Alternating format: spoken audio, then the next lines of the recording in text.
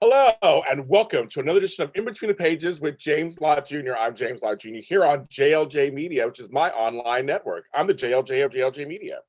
So go ahead and subscribe while you're here. Be kind, be gentle, say hello. And I'm so happy to bring you content like this where I talk to people who are making a difference in the world, positive change in the world, which is my favorite thing in the whole thing. So I'm so happy. My guest, she is so lovely. She is a SAG actress, a model, an entrepreneur, an author. She has a new book out called But Beauty Wasn't Within Me. Well, that's all about. It's out now. And also, you may recognize, well, not really recognize her, but she is from WandaVision, that show that's huge right now. She plays a squirrel agent, and she's making history by playing that role. And she was in something I'm going to ask her about. So she was in a TV movie I'm going to ask her about, actually, too. My friend, Lori Livingston. Hi, Lori. Hi, James. How are you? I'm fine. She and I we talked the other day. We talked for like hours. We had a great time. And I said, we get you on the show. We got to talk on the show so you guys can hear. I'm so glad to finally meet you. I know. It's so this whole pandemic is so weird. Like it's just like, okay, we're meeting online. That's how that works. So folks, follow us on. We're on all streaming platforms. We're on YouTube, JLJ Media, In Between Pages on Facebook. Follow us there. Okay. So the first thing I want to ask you actually is something. If the credits are correct, I hope they're correct. You look things up. You never know, right? Right. So you actually did a very uncredited small role in the New Edition story. Wow, you're doing your research. Okay. I do my stuff. I do. No, but so that's true. So you played a wedding wife, and you were in a small role, right? You did. Yeah. Okay. So I want to ask you. Oh, sorry. Go ahead. I'm sorry. Go ahead. You go ahead. Tell me. So I want to find out. Were you a New Edition fan, like I was growing up? Were you? Was I? Like I was literally okay. So I was in that movie like all through the movie. Literally, I was in that movie so many times that they had to put a wig on me so that you didn't know I was the same girl from the other episode, from the other, like I had to literally change my look. But like New Edition, who I was obsessed with and it wasn't the group in general. Like it was like I loved them individually. I loved them BBD. When they start breaking off and doing their own thing, I loved them, period. So when we were shooting the movie, that's funny you bring this up. I was the only one who knew the dance routines, like when they were doing their concert scenes. I'm the only one. I love it. Oh my God, I love it. Oh, I love it. Because they were like millennials. Like these were like kids, like they hired like a whole bunch of like kids. And these kids were like, I don't know what this is. Who is it? And I'm like the only one that like, if it is in love, like I know. Did she stay on? Yeah, I know the routine also. I know the routine also, girl. No, but I mean, I want folks to understand this. If you're younger, New Edition was the first. I mean, after the Jackson 5 and all that, they were the first boy group that really hit the teen market. Yes, they got a little overshadowed by some other folks, and we'll get into that. But they are Maurice Starr family. I mean, that story was good. I thought it was really well done. I thought the whole thing was really well done. Oh yeah, I was very impressed with it, and to this day, people are still seeing. They're like, oh, "Was that you in the new?" I'm like, "Yes, we shot that like 3-4 years ago." Yeah. Roughly, I think 2017. Yeah. I think. Yeah.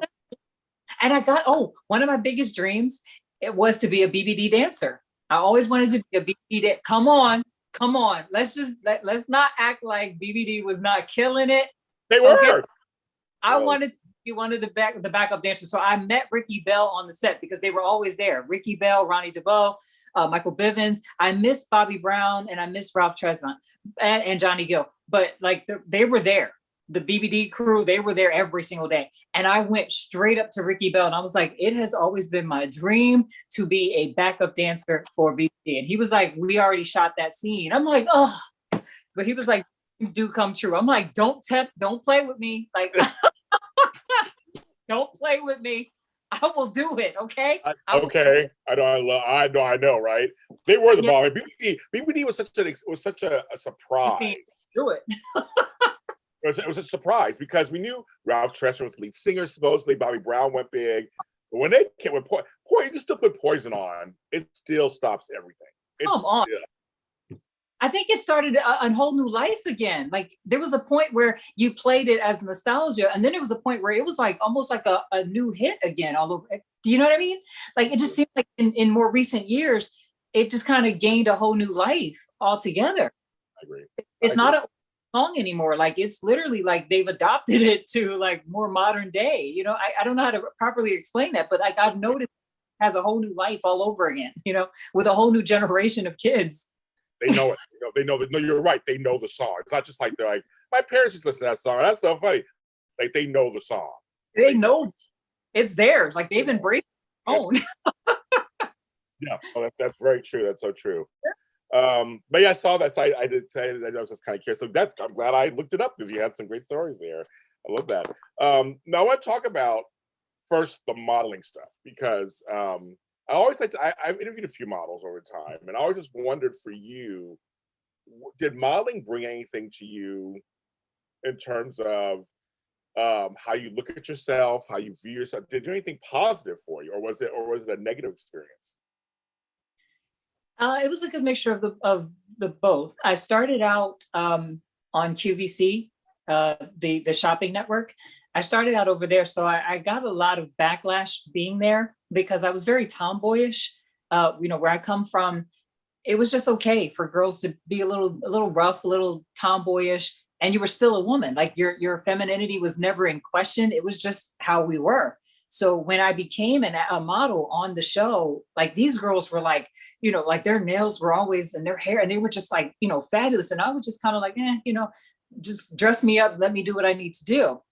So I went through a little bit of an awkward stage with models throughout my career because I was just who I was. I was very tomboyish, but I knew how to be very feminine when I needed to be. So it was a little rough around the beginning, but once they started to kind of take notice of me, meaning like the designers started to really kind of take notice of me, then it was like, oh, well, maybe her style is a little cool. You know, well, maybe we don't all have to be this way. So yeah, they were trying to pigeonhole me, you know, into like this whole prissy debutante, you know, prima donna type. And it just wasn't me. It just wasn't what I had to stick. Isn't QVC in South Carolina, North Carolina? They're in Pennsylvania. They're in Westchester, Pennsylvania. So I would drive overnight. I still have a fan base from there. Like a lot of a lot of the women who watched me back in like I was there like in the early 2000s. A lot of the women are still like, I remember you when you got started in QVC, you know. Wow, you know, you've been around for a long time to see. Well, you know, but no, the thing is, I just always wondered because it was on that part of the world and you didn't fall into the debutante beauty queen. You said I could be that way if you dress me up and I can act that way, but like they give you a little attitude because you weren't just that way, period. That's very interesting. Exactly. Like it was to the point where it was hindering a lot of my work initially because they were just kind of like, you know, you don't quite qualify, you don't fit. So ultimately I ended up leaving QVC and going to HSN, Home Shopping Network, which is in Florida. I transferred down to there.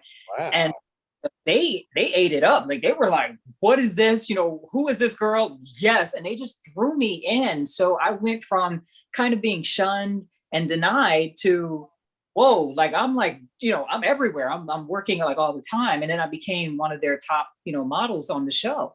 So it just kind of kept snowballing into bigger and bigger and bigger. Doing Fashion Week, New York, of course, loves everybody. Like anybody can go to New York and I guarantee you, they will make you feel like you're just the most beautiful thing on the planet. So I love New York City. I didn't have a problem. Even same thing in France. When I went to Paris, had a lot of love overseas. They were just like, you know, we love you. So it was just my earlier years that were very tough, very hard to get people to kind of get it. You know, like, what are you doing? Why don't you act more like the models? Like, you need to be more like this instead of like that. But I made my. In France, is it true they like Black Americans over there?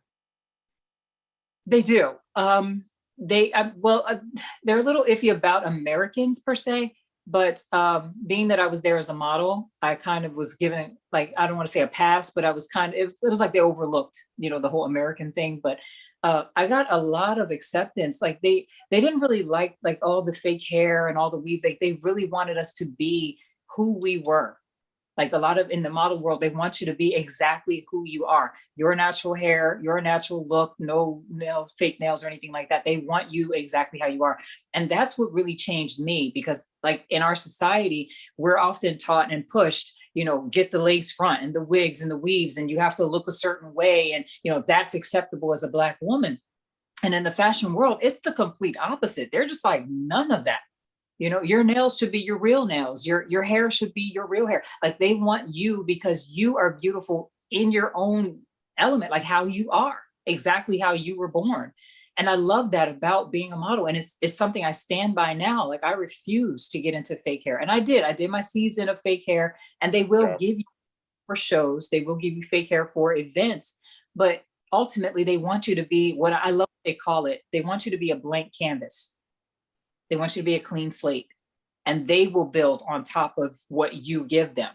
Let them put the makeup and the hair and everything for what they're doing. But other than that, they want you to be just yourself. And I love that. And to this day, I'm still modeling, but to this day, I stand by that. I stand by that whole, I am who I am. Like, look at my hair. I don't want to like everyone else out there. So it's definitely helped me to develop a sense of appreciation. And I don't think we say that enough. It helped me to develop a true appreciation for me as is. Yeah, it's one of those things where I did a couple of runway shows in my past. I wasn't a model or anything like that, but I remember them telling me that we're gonna create art. So don't worry, we're gonna choose what clothes you're gonna wear, at what point you're gonna wear them. We'll fix the hairstyle. We'll do whatever we're gonna do to you. Don't worry. So you're right. I heard about the blank canvas. It was kind of just, we'll take care of that. Don't come in already a certain way. We're going to just deconstruct that anyway. We got to make it to fit the show. What the theme is. That makes sense. Yes. So they don't want the whole idea, especially in our community, in our culture, where it's just the lace fronts, the wig. They don't want that. And a lot of girls, when I try to teach them about modeling, because everyone approaches me like, I want to be a model. I'm like, the first thing I'm going to tell you is get rid of all that, all the fake hair, the nails, all that has to go. And a lot of them look at me like I'm speaking gibberish, like I've made no sense, like, huh? I'm like, you can't do that. You have to be a blank canvas. They need to see what they're working with. And if you work with them, they will help you to learn to love yourself. Yes, there's a lot of rejection in the fashion world. That does hurt.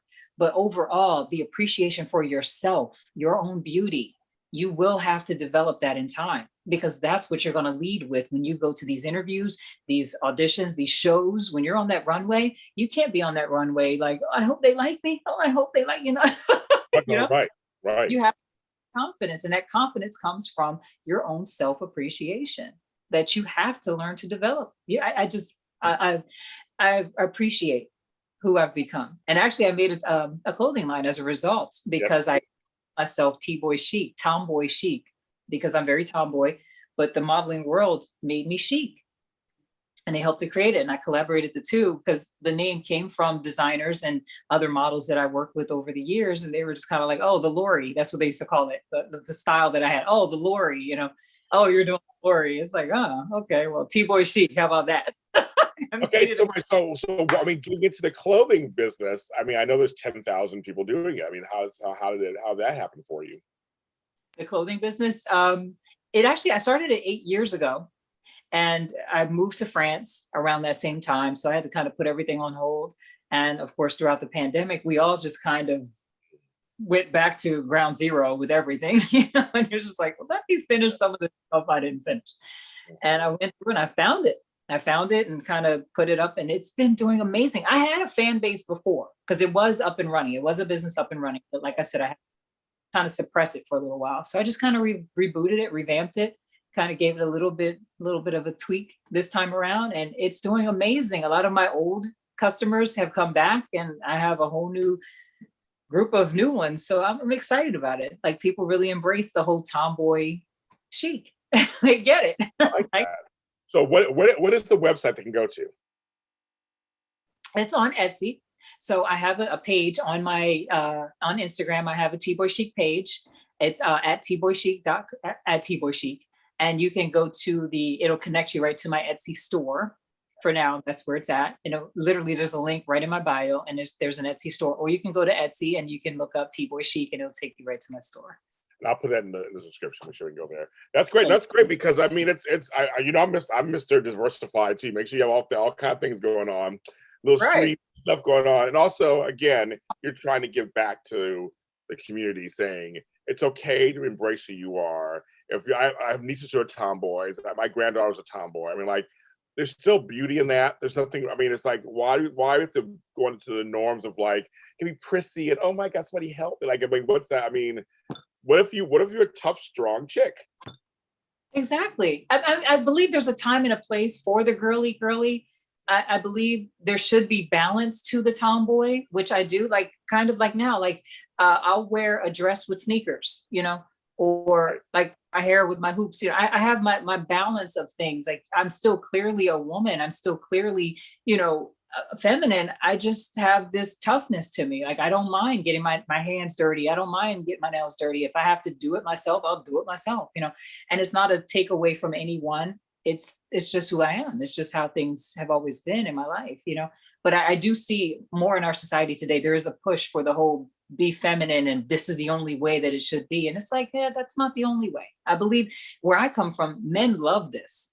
The men eat it up. Like they want the women to have that little edge to them. I was saying this in a previous interview. They like women to have their little bite. And I'm talking about men from New York City, New Jersey, Pennsylvania, Philly. That's the area I'm coming out of. These men embrace it. They want that, And once I started, Florida, California, the guys there were kind of like, we like it. Maybe we don't. I'm not sure. I was gonna say, there's parts of the Midwest I have family from. They like that their women love sports like they do. They like that their women want to go to the football games with them and actually know the plays, not just go there and be cutesy, but they know the plays. They watch basketball. My best friend Michelle knows more about basketball than her husband, and they both watch it together. She loves her Lakers. She's all about that. She knows everything. It's like, but for him, it's a turn on. It's like she's not just she can be feminine. She's a woman. She's a woman still, just because she likes. Why can't she like basketball and know how to play the game? Exactly. Thank you. Exactly. I dated a former an NBA player, and same thing. Like that's why we got along so great. We would literally play basketball together. Like we were like I was a tomboy. He loved that about me, and I was perfectly comfortable with it. But I was also very much a woman. I was also very much feminine. So I don't know. Some people get it. Some people don't. Tomato. Exactly. But I like the fact you brought that up. There's kind of like. There's this push that you can't be. There's many ways to be a woman. Thank you. That's the whole. I mean, there's no one way to be Black. There's no one way to be female. There's no one way to anything. It's just like, why can't we just be who we are? Each different crevice and crack of things that we like to do, and we are who we are. Why not? I mean, who cares? I mean, it's just. I mean, exactly. I had somebody tell me, because I'm an organizer in my other life too, that is that women's work. Don't women organize? I know a lot of men who are organized. I mean, like it's no gender thing. I mean, anybody can become organized. I have male friends. I lived with men and women, and a lot of my female friends were way more messy than my male friends were. My male friends were very much like all the shoes were over here. Seriously, go to people's houses. Men will have all their tennis shoes, everything all in a row, color coded, everything. It's like it's not a gender thing. It's just like people are. They are who they are, and it's kind of so. I'm glad you brought that up, and that leads into because all this leads into stuff. This is great. This all leads into your book. Yes. Congratulations, your #1 bestseller. You got to show people the book. There it is. I love it. But Beautiful Was It Within Me. So it's based on your life kind of experience, but for children and teens in a short story format, which I love. So talk about that, please. Growing up, I used to love books that were very short and to the point. And maybe I had ADD. I don't know.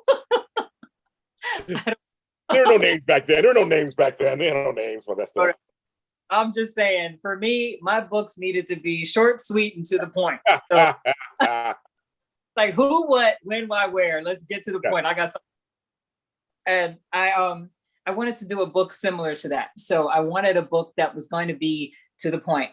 I wrote the story 8 years ago. At the same time, I kind of did. I did it. Yeah, 8 years ago was a big thing. Creative stuff. Yeah. So I wrote the book in about 10 minutes, believe it or not. And it was like a poem initially. I was a professional model at the time, and I was just kind of writing from my heart, just kind of who I felt I was, what I kind of been through, and who I felt I was. And just kind of that discovery of, no, I'm beautiful. And that's really what the story is all about, is finding that amidst where you've been, who you've been, So the people in the story are real people.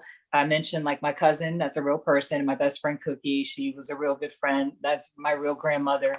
These are real stories where I went to like a private school. I don't go into detail in the story, but I just kind of tell the story where I was picked on by girls that didn't get it. They thought I was funny and they enjoyed laughing and things like that. But no one ever really gave me growing up that sense of, you're such a beautiful girl, and I feel like when people specifically tell their children you are beautiful, it resonates in their entire being.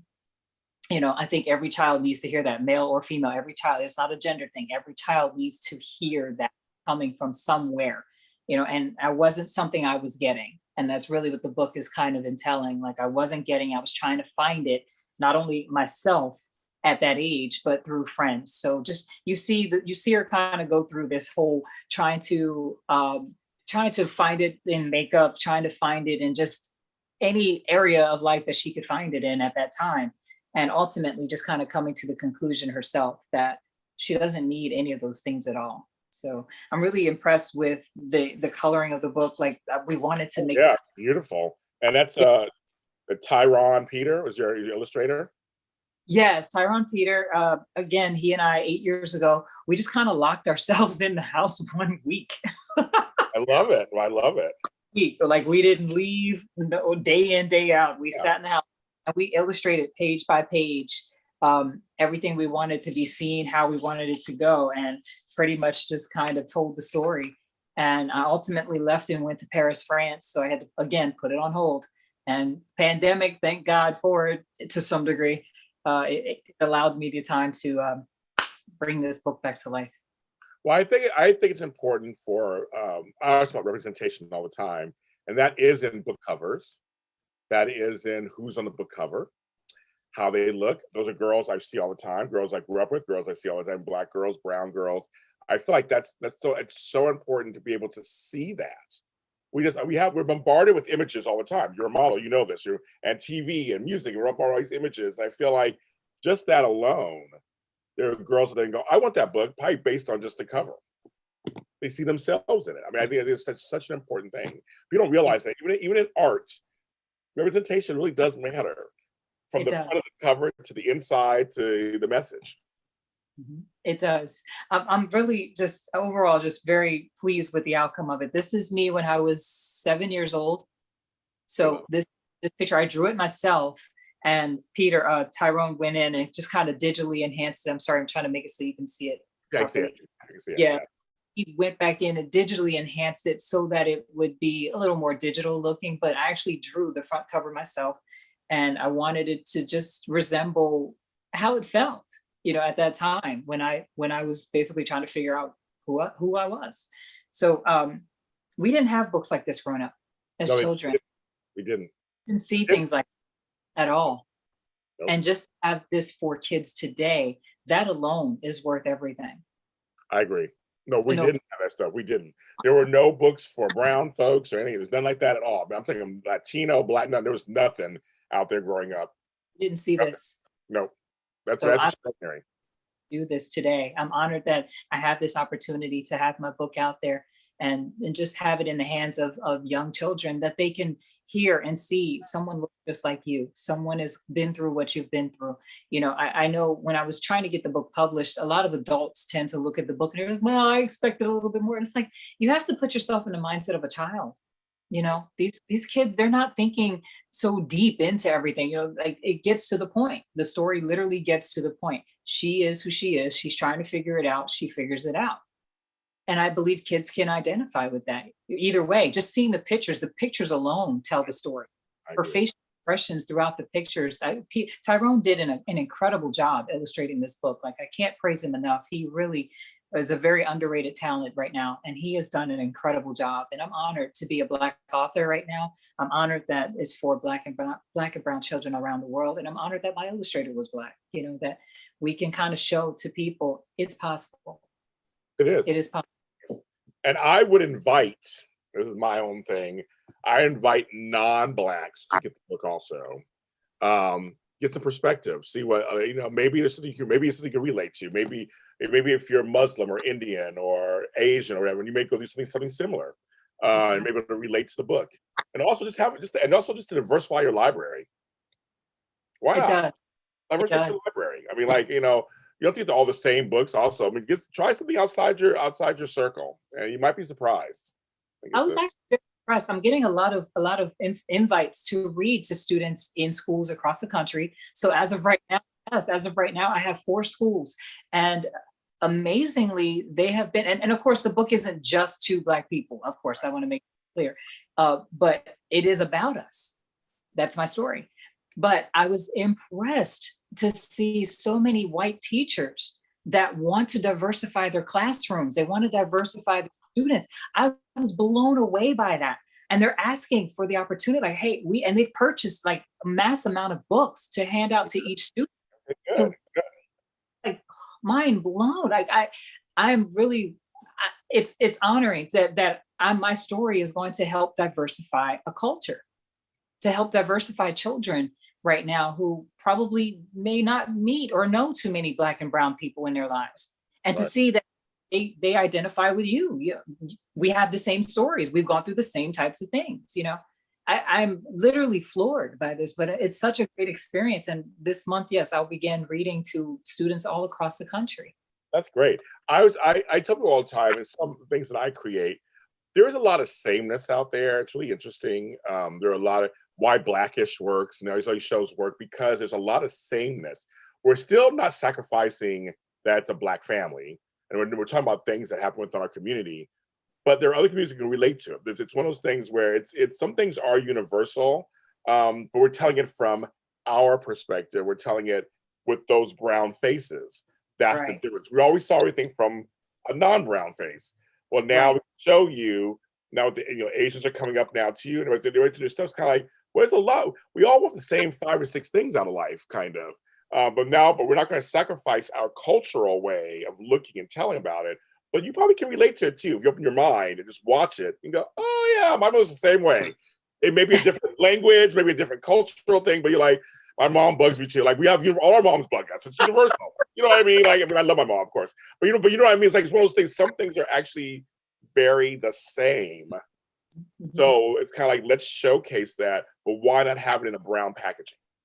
Exactly. And for the first time, I feel, especially the way we've grown up, where we didn't have this much diversity, we didn't have this much change. It's the best way to show, exactly like you said, to show people we're all the same. Basically, we all have the same or similar struggles. And here, from a Black perspective, this is what we deal with. This is how we do life. This is what we have encountered, or, and to share this with other cultures. One of the key things I learned when I lived in France is we are constantly teaching people who we are. That's either as an individual or as a culture. So if all that other cultures are seeing about our culture is, any negative aspect of that, they're going to believe that that's all that we are. They're going to feed into that belief system and then perpetuate it by telling their friends and their family. And things like this, books like this are changing, I hope, that narrative and giving a different perspective. And yes, it's a book, but it's a step. It's a step in the right direction. I have Parisian friends now who are purchasing this book. It gives them a chance to see an American girl that's a Black girl telling her story. And is also teaching them a different perspective of us, a good of us, a positive perspective, as well as one that they can relate to themselves. I'm literally honored to have this. I never guessed 8 years ago when I wrote this book that it would have this much success. But I just wanted to tell a story initially. And here I am teaching and inspiring people. I never expected this type of success, but I'm literally grateful, humbled, and just honored to have this platform to speak. Well, a lot of times when things come from your hearts, that's where success comes from. When you come from a place of, I want fame and fortune, it doesn't always work. So that's what happens. You do something from your heart, they always say you create the product, the audience will find you. So that's kind of, you just make sure you know where you're coming from. And I was taught that years ago, and it's so true. Just do what you feel is best for you. Pull it out of you, put it out to the world. The right folks will find it. Right. So I'm not surprised. That's it. Exactly. And you know what? And right now it's timely. Yes. Your book is out there. It's at the right time also. Because everyone's sitting at home. Everyone's kind of, still recovering from this whole pandemic. Yeah. So it's like people have time. I really believe had this not happened the way it did, I think it would have had some success, of course. I had my family, my friends that would have supported it. Oh, yeah, but would have gotten the global attention that it's gotten, I don't believe it would have gone this far. And I don't mean that to be negative, but let's just be honest. We were busy. We were all busy, kind of doing our own thing. And now people are forced to pay attention, to sit still and to take notice of things that they more than likely wouldn't have done prior to this pandemic. So you're right. Timing on this has been impeccable. You just got the right timing. People want content. So that leads into your groundbreaking role. Tell folks why this role as a scroll agent on this little show called WandaVision. This little tight show on WandaVision on Disney Plus. Tell why your role. Tell them what you're playing. So I'm the scroll agent for WandaVision, and of course the entire season everyone was expecting this scroll to pop up. So all the conspiracies throughout the entire season, everyone's like, where's the scroll? Where's the scroll? I know it's coming. Okay, that person's suspicious. They're going to be the scroll, and just watching this all season long, people get it completely wrong. And they knew it was coming. They knew it was coming. Yeah, it's coming. Just to do the entire season, not one scroll shows up. And then at the very end, the notorious end scenes, end credits, and here it comes, the scroll. I remember when that debuted, like it was midnight because they were streaming their live streaming. Right. Other came at midnight, and people were blowing my phone up at like 12:15. 10 minutes later. I'm sleeping. Leave me alone. Yes. Yeah. You scroll? Oh my God! What? No, and no one saw it coming. No one. This has been the best thing to happen to me. I started out with Marvel actually 3 years ago. I was in Captain Marvel. Yeah, Captain Marvel, yeah. I was the original Skrulls. The Marvel Universe just introduced the Skrulls to the world on screen in Captain.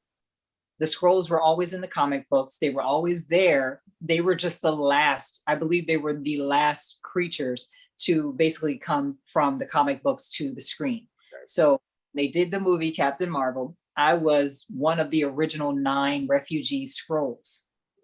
So there was the king, Talos, his queen, Seren, and then their baby. And then there was me, one of the Skrull refugees of the 9 that we were his family. And in that movie, they rescue us and send us back to our planet. So a lot of people don't believe my story. It is extremely unorthodox. It does not happen. Everyone knows in Hollywood how everything happens in Hollywood. Everything is by the book, and you can pretty much set your watch by it. It's going to happen like that. That wasn't the case with me.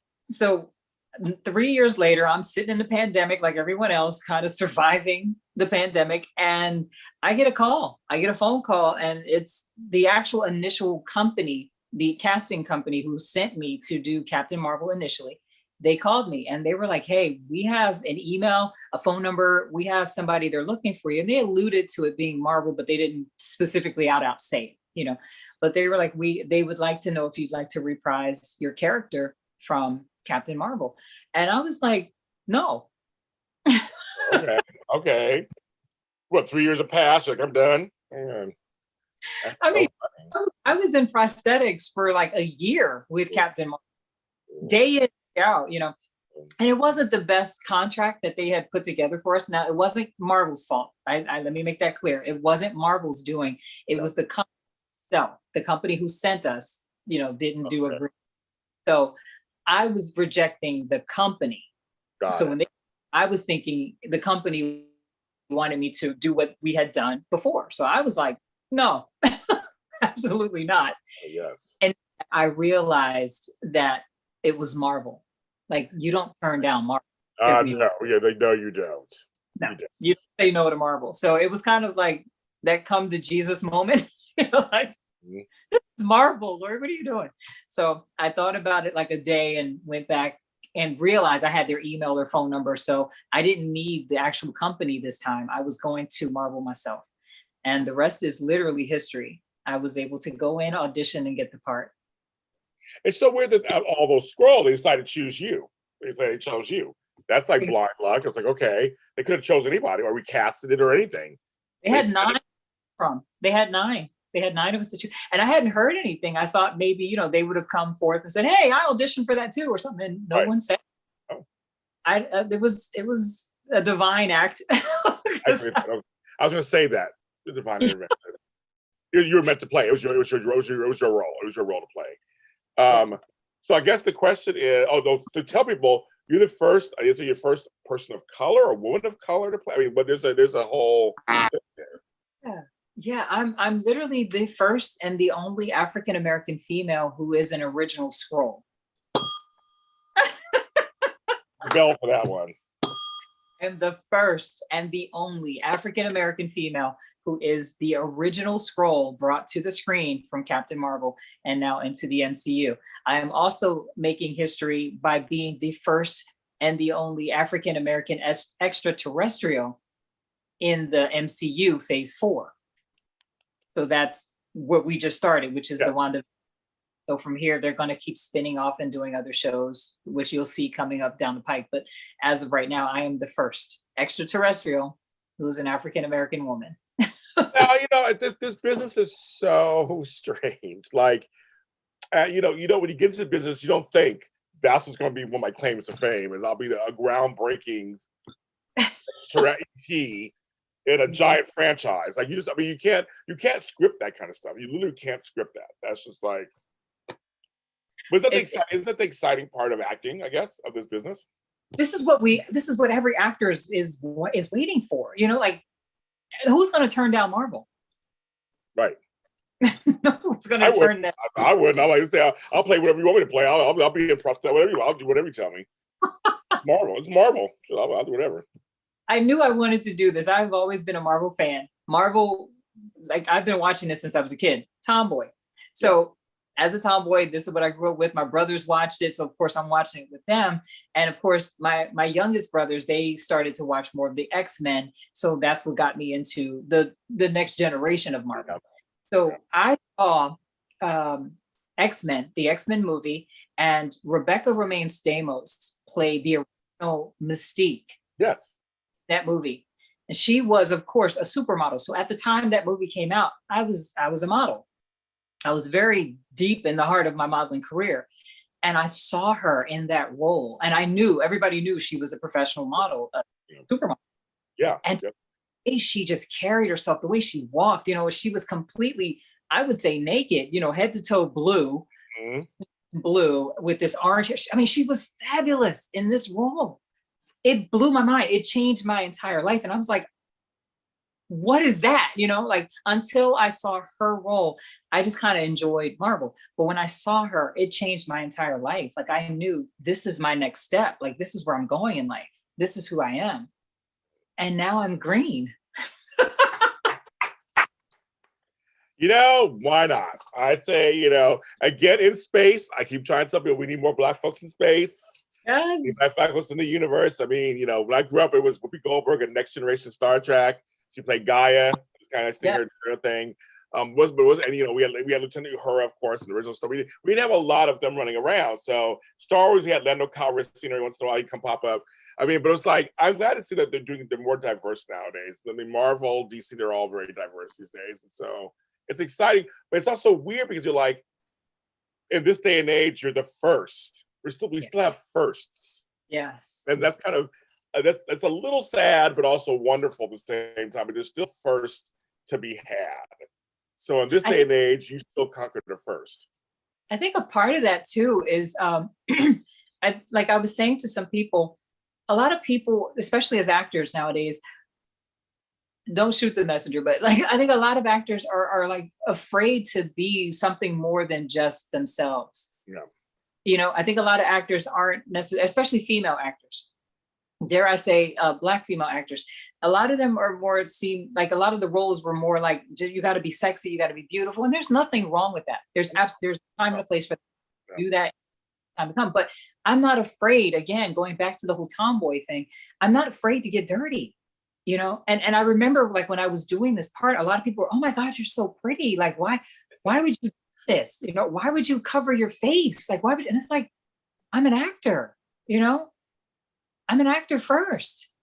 Like, that's what we do. You know, everything isn't going to be roses and gorgeous and beautiful and glam. Those come.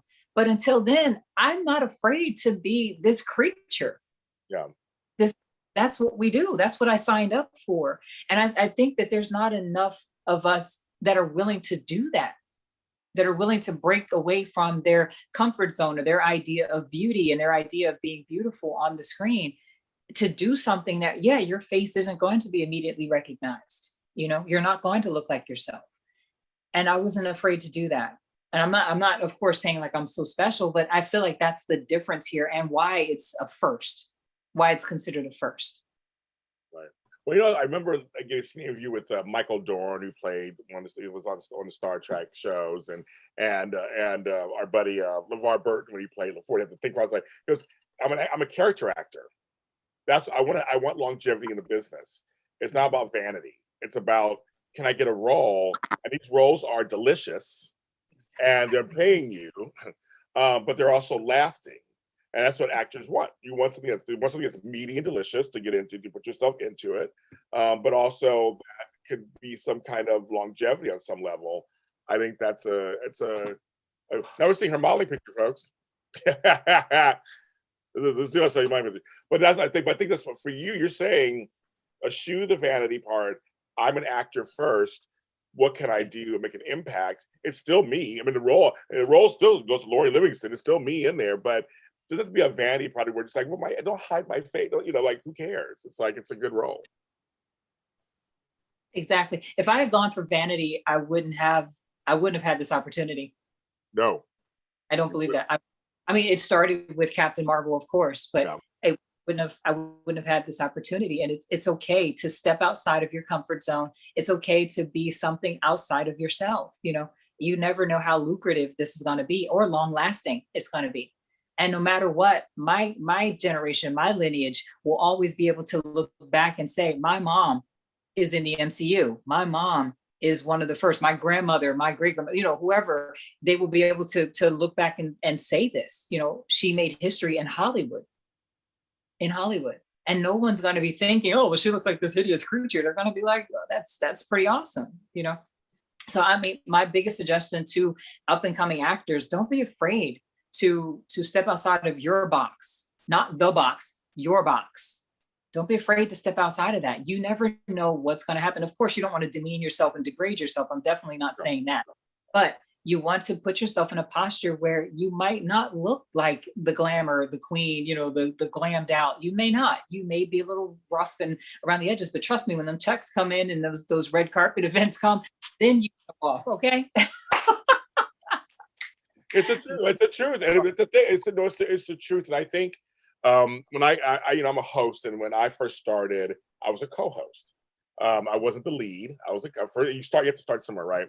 And I see people behind the scenes, and you see me behind the scenes too, I'm sure too, your career. But they were really hurt because they really thought, if I have to be the lead host, and I learned it don't matter where you're seated at the table. First of all, you're at the table.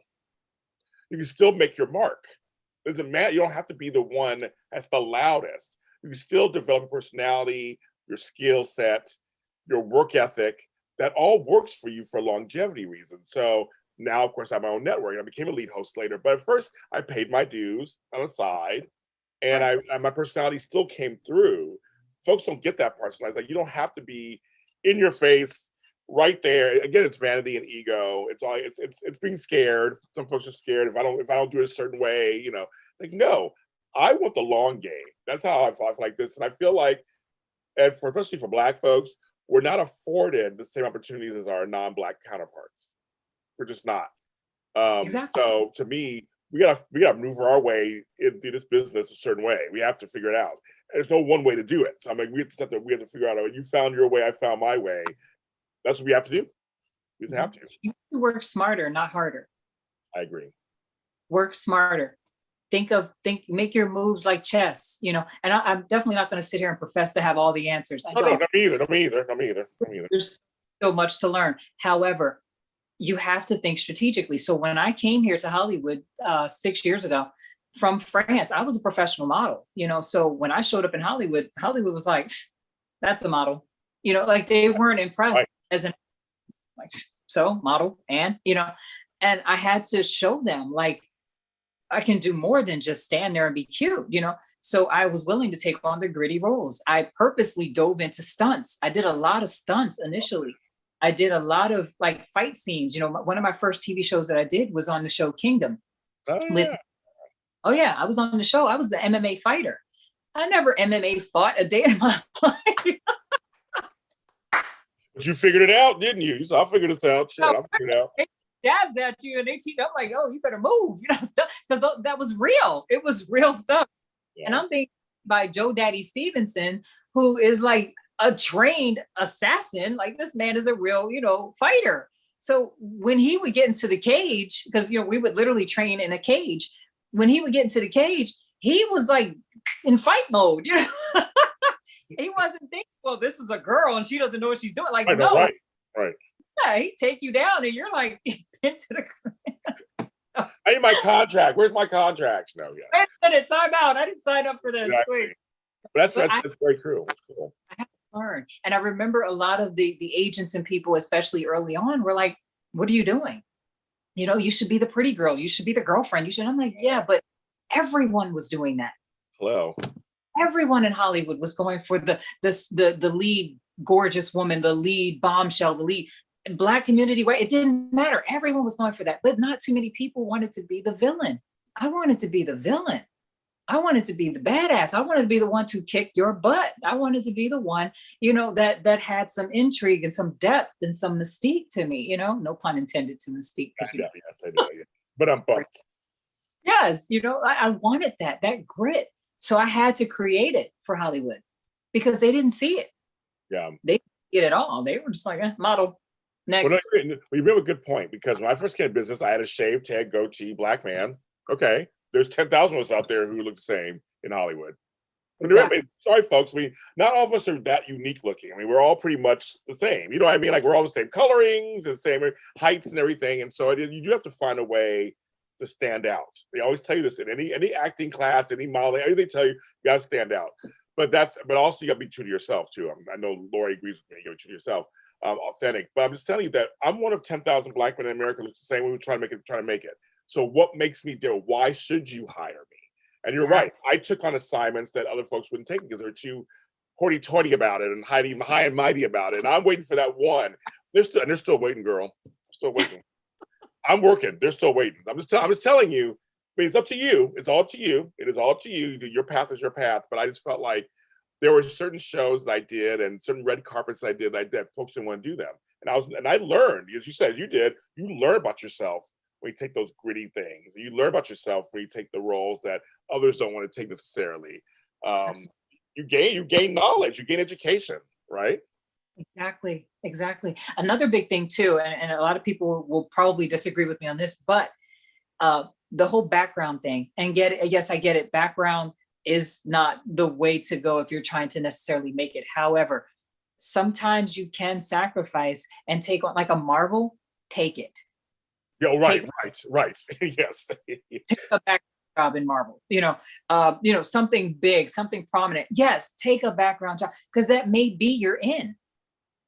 That may be your ticket to catapult your career up.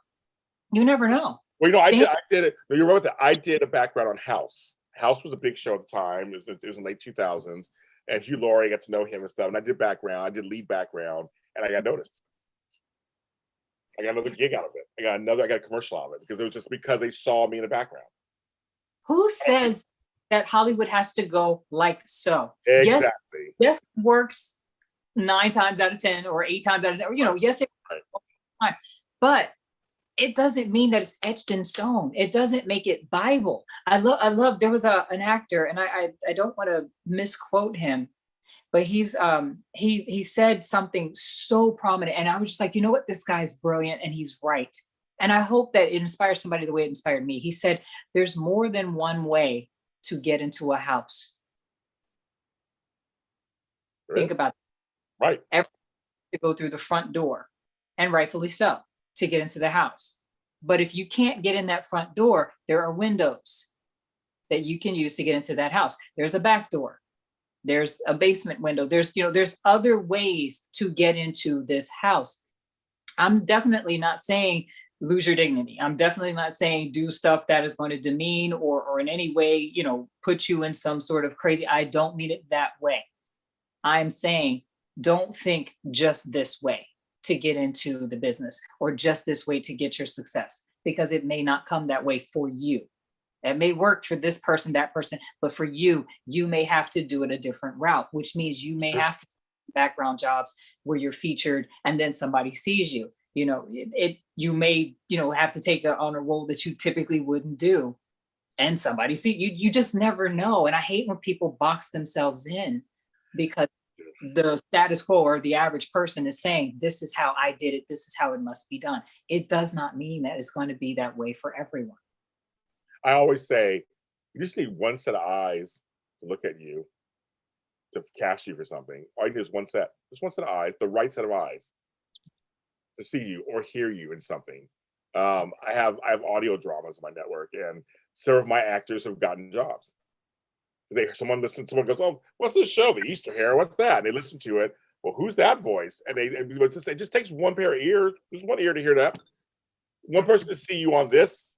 They go, that Lori Livingston, I want to talk to her. Like you seriously, I've gotten so many opportunities in some of the strangest places of things that I've done, or a certain podcast, or I showed up background on this or whatever. And you really don't know. I tell people, don't automatically say no to everything. Think about it, Yeah. Think about it. I mean, if it's a Tyler Perry film, I'd say yes. Be background, doing the sweeping, whatever. I'm like, whatever. Oprah says something, sure, girl, whatever you want me to do. I say, so you're right. There's certain ones you go, okay, that's a no-brainer.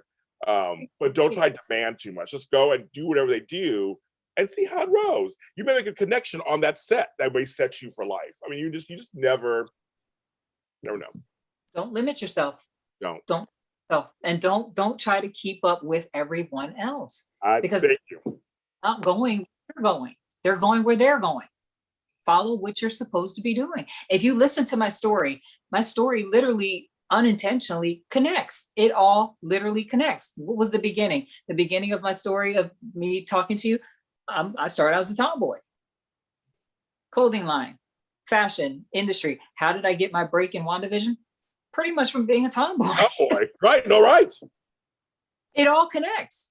I never lost sight of who I was, even though people bashed me and put me down about it constantly. Yeah. If I started listening to people and following their idea of who Lori Livingston is instead of who I really am, I guarantee you and I would not be sitting here right now having this conversation. Yeah. I guarantee you. So I encourage anyone listening, follow you, not just your heart, follow you. Who are you? That's going to be that is your individuality. That is your difference in Hollywood. Follow you. What do you bring to the table? How do you make this thing? What is the difference in you? Show them that. Because I assure you, there's a lot of people, just like you said, James, there's a ton of people. We all look the same. Yeah. Yeah. How many light-skinned tall girls do you know with the short curly? I mean, all right. No, seriously, right. Yeah, they're everywhere. They're everywhere. So what makes this one stand out? She's fabulous. That's number one. So that's how she stands out. I ain't talked to you forever, but girl, they're gonna kill me. And I'll be doing 5-hour interviews. So I would tell you, come back on the show again. Any projects you have, come on. Anything you want to promote, come on. Anytime. You have a welcome invitation always, Miss Lori. And we're going to continue our friendship off camera too. But welcome. Thanks so much for what you're doing and your message. And show the book again. Show that book. But yes. Beauty Was It Within Me? Get it at Amazon Kindle. Go out there and get it. Support it. Get it. Get it. Her Etsy store is T-Boy Chic.